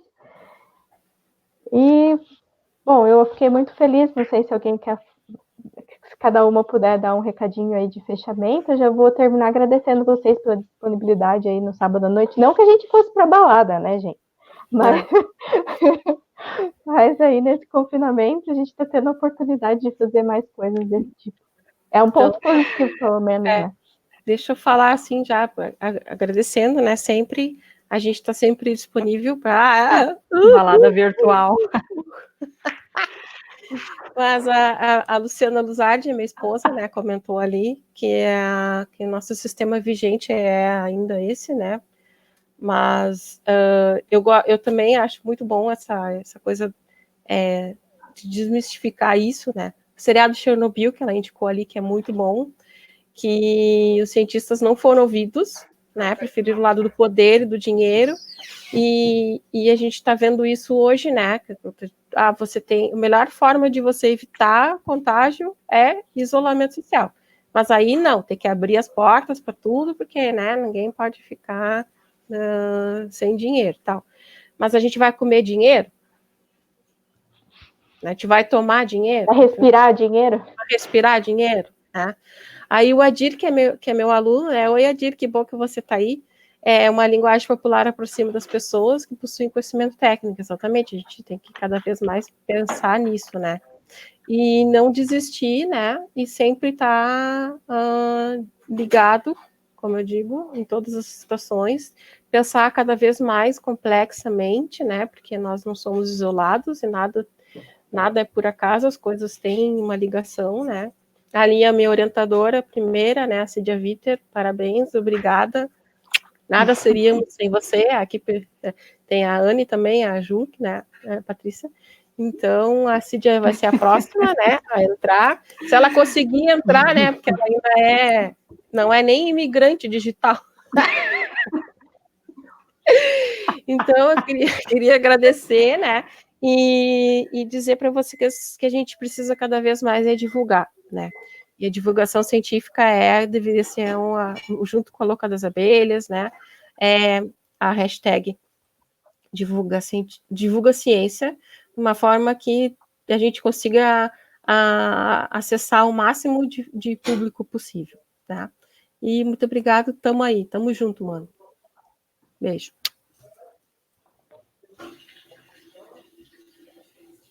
Vai lá, Ju. Eu não, vai tu.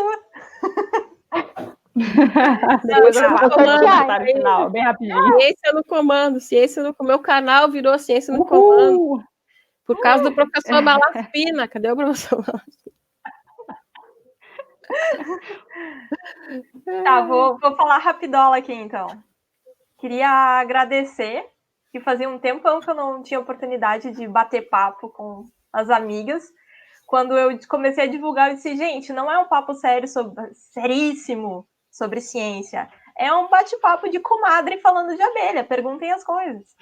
E eu acho que é essa forma que a gente deve tratar a ciência. Eu gosto muito desse paralelo de usar contação de história com ciência.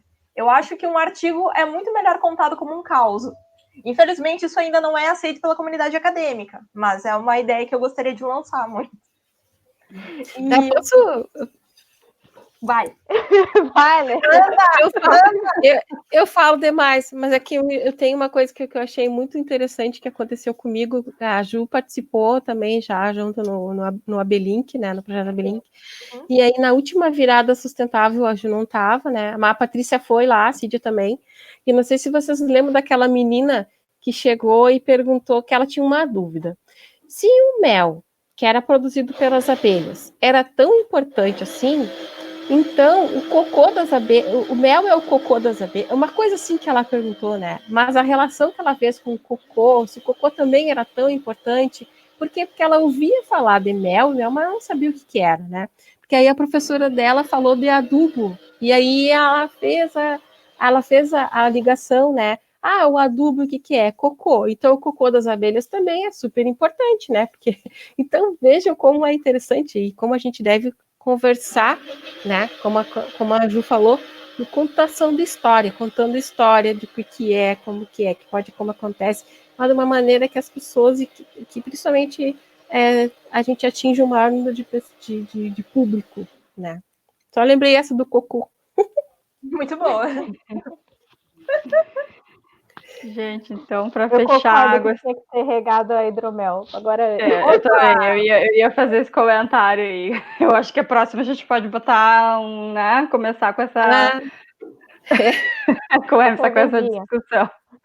Exatamente. Gente, então eu queria agradecer a todos que estavam aí, agradecer a Patrícia pela iniciativa aí, né, da Louca das Abelhas.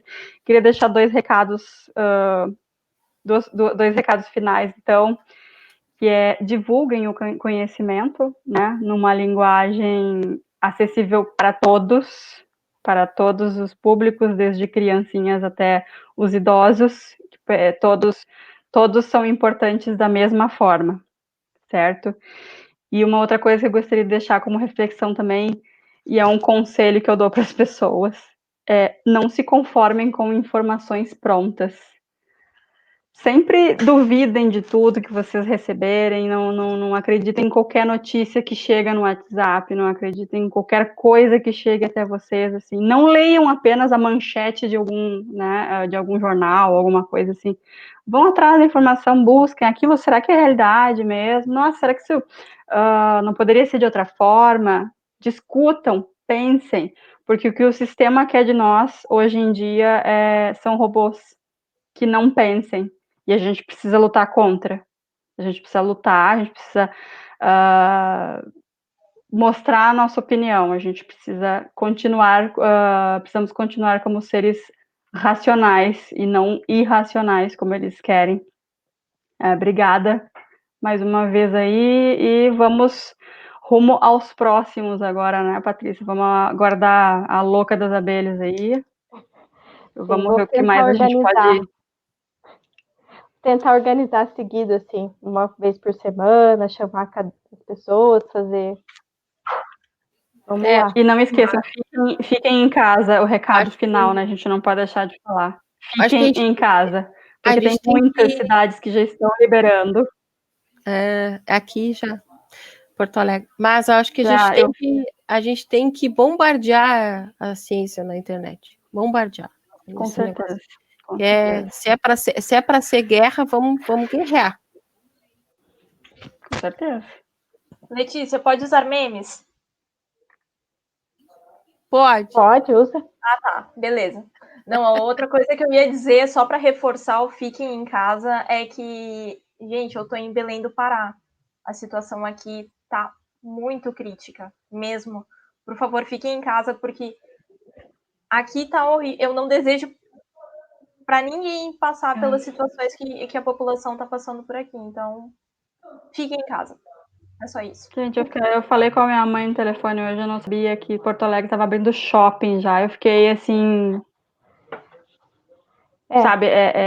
Eu falo para ela, se tu sair de casa e for pro shopping, mãe, tu não liga mais para mim que eu não vou falar contigo. Ela, não, vem, eu não vou fazer isso, obviamente. Mas as pessoas estão indo, estão saindo, estão indo às compras. E essa situação é Cadê o gravíssima. dinheiro? Gente, vai comprar o quê? Sossega o facho. Não. Economiza. Mas tem gente que só quer comprar, Ju. O importante é comprar. Como é que eu não vou comprar? Mas bom. Lembrando que né? para mover a economia do país, nós precisamos de pessoas vivas, né? Nós precisamos de pessoas vivas para girar a economia. Só fica o recado aí. Hashtag fica Uma boa noite a todos Boa noite, e gente. todas.